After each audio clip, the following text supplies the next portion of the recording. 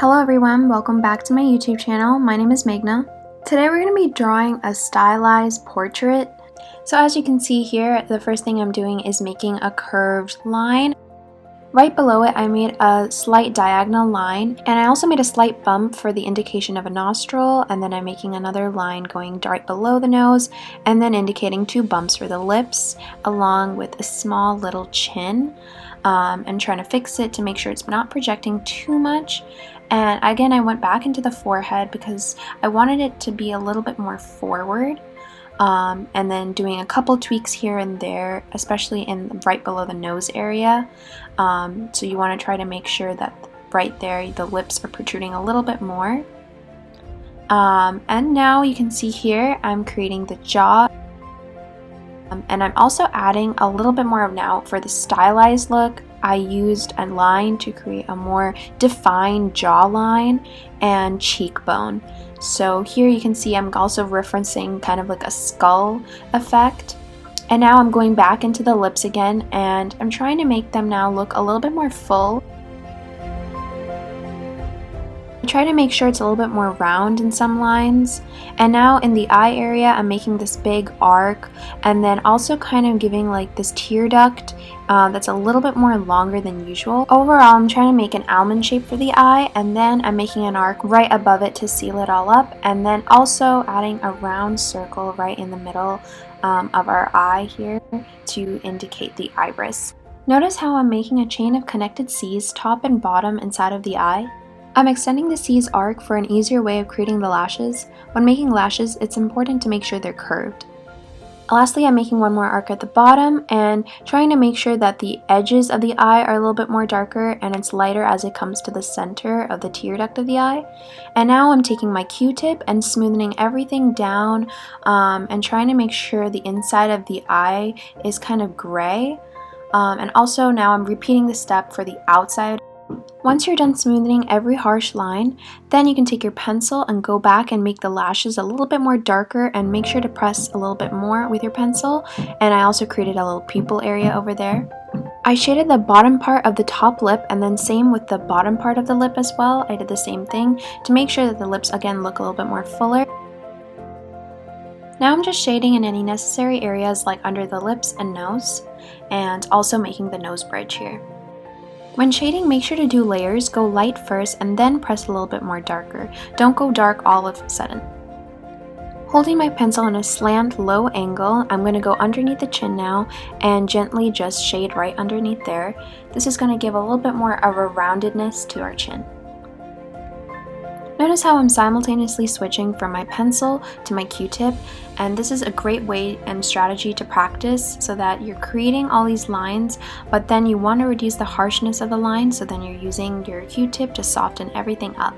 Now notice I'm also making an eyebrow arc. Right below the bottom side of the eyebrow arc, I'm just shading again lightly there, and right below the forehead region, and defining again the lines a little bit more on the eyebrow arc and cheekbone, the side of the temple of the eye. I'm just shading again one more time. This is going to give a little bit more of a shape now to our forehead. Defining certain areas of the face will give a more stylized, appealing look. So if you want, you can just be a little bit more sharper.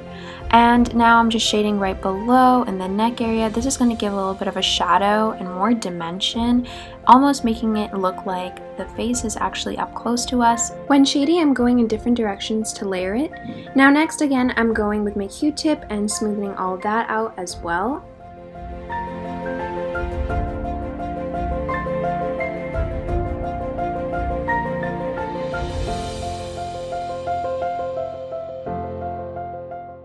Okay, now I'm just making a shape right next to the pupil. This is going to be our highlighting area.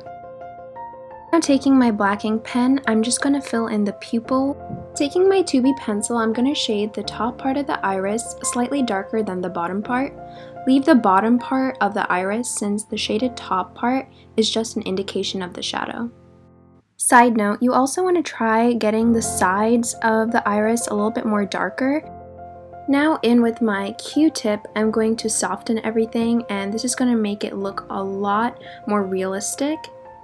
And try to make sure that the highlighted area is still white. Try not to get any sort of pencil marks in it. Also, I went with my black pen again just to define everything. And now I'm just getting it a lot more smoother again, pressing a little bit more harder with my pencil. I'm going now on the top part of the eye, below, in the shadowed areas, and getting everything just a slight more darker.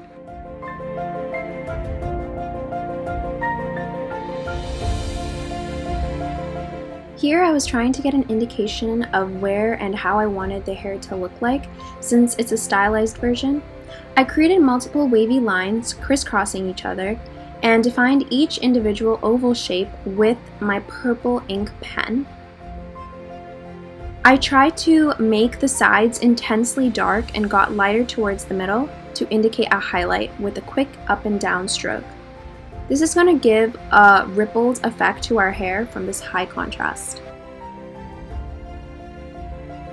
Right next to the face, I created a cross-hatching texture, and I made this area a lot more darker since I wanted to show that the face is coming forward.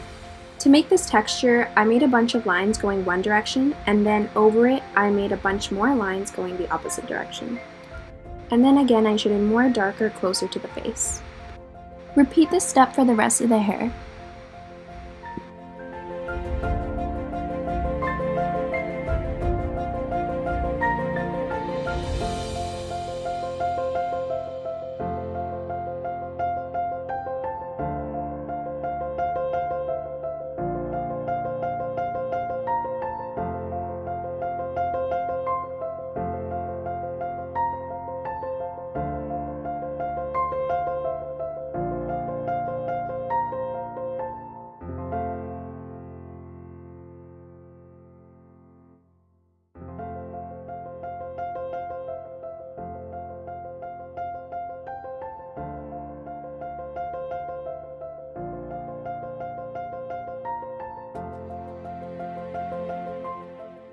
Finally, I went a little bit more darker with my black colored pencil to define the facial features. And here's our end result.